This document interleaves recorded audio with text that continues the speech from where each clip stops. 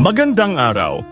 Sa video na ito, tatalakayin natin ang Social Content Guidelines sa Learning Resources ng DepEd, isinalin ni Galcoso C. Alburo.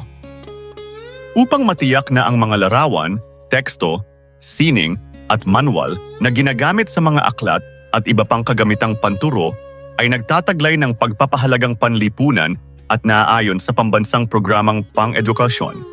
Bumuo ang Departamento ng Edukasyon ng mga pamantayan, bansa at pagkamamamayan.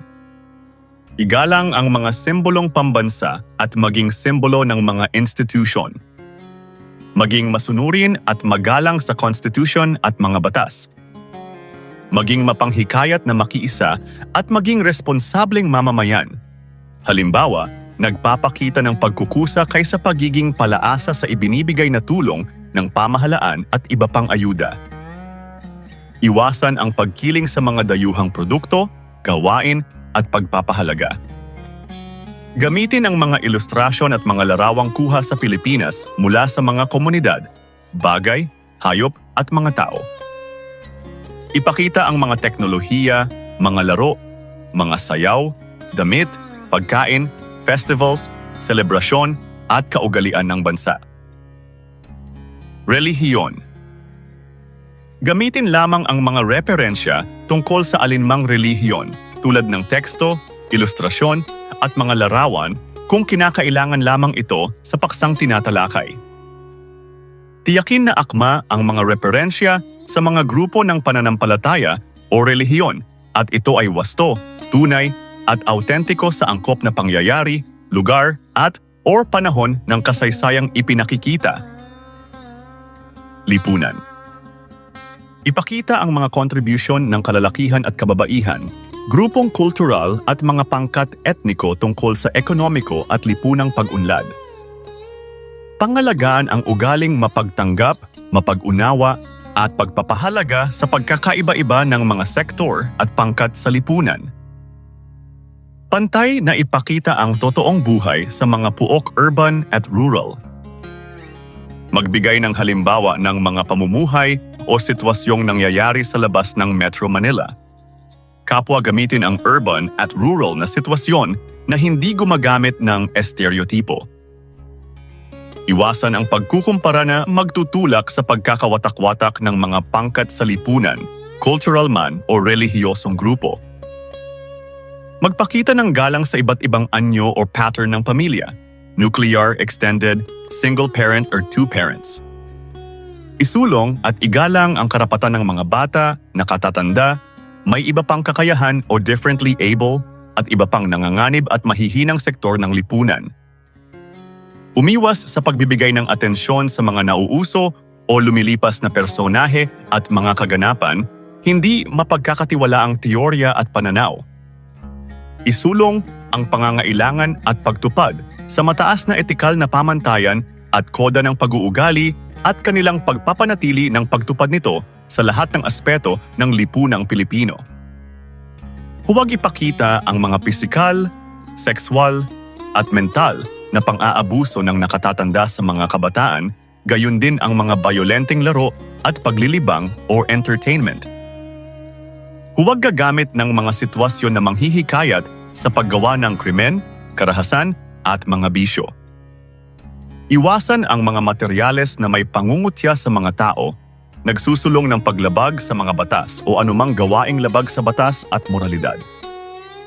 Igalang ang mga pagkakaiba-iba ng lahi, etniko at kultura sa lipunan.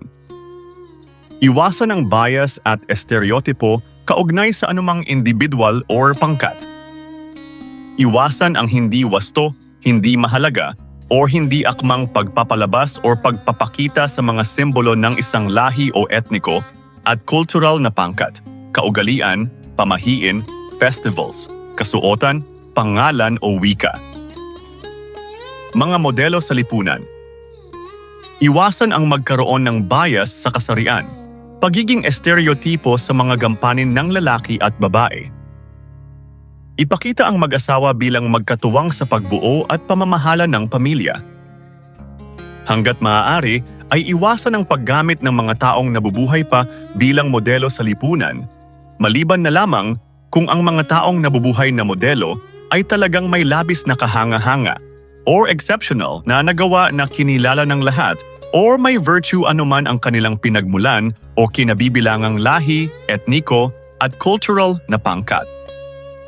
Iwasan ang pagbibigay puri o di angkop na pagbibigay puri sa mga tao at kanilang mga nagawa. Ipakita ang balanse o patas na larawan o deskripsyon ng mga manggagawa at tagapamahala.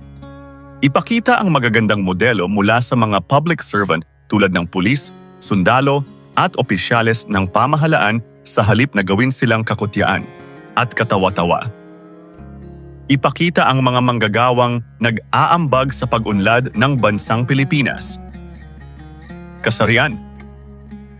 Iwasan ang paggamit ng sexist o hindi patas na gamit ng wika sa mga kasarian, bias, at estereotipo sa usaping propesyon ng kalalakihan at kababaihan, hanapbuhay, ambag sa lipunan, mga gawi at papel na ginagampanan sa pamilya.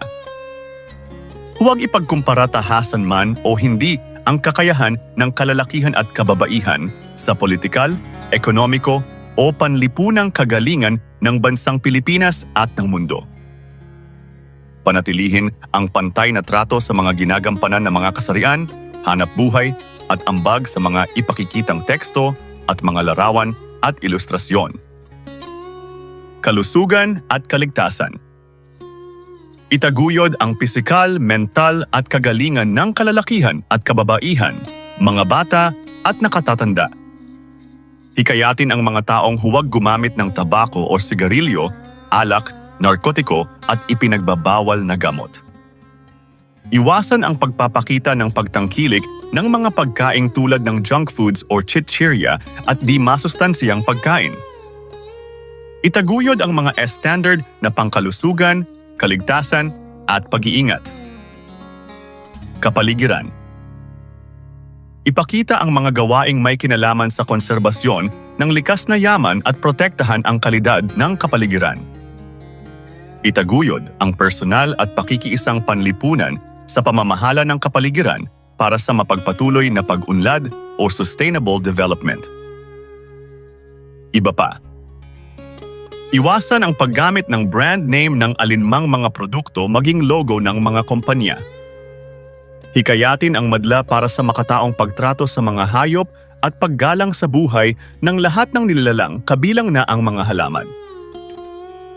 Sa kabuuan, ang mga social content guidelines ng DepEd ay nagsisilbing gabay upang matiyak na ang mga kagamitang panturo ay hindi lamang nagbibigay kaalaman, kundi humuhubog din ng pagpapahalaga, paggalang at pananagutan sa lipunan. Sa maingat na pagpili ng mga larawan, teksto at halimbawa na ipapakita ang tunay na kalagayan ng bansa at napapangalagaan ang dignidad ng bawat mamamayan. At dyan, nagtatapos ang ating aralin tungkol sa Social Content Guidelines sa Learning Resources ng DepEd, isinalin ni Galcoso C. Alburo. Kung nakatulong sa iyo ang video na ito, huwag kalimutang mag-like, mag-subscribe at i-click ang notification bell para lagi kang updated sa mga susunod naming videos. Hanggang sa muli, maraming salamat sa panonood.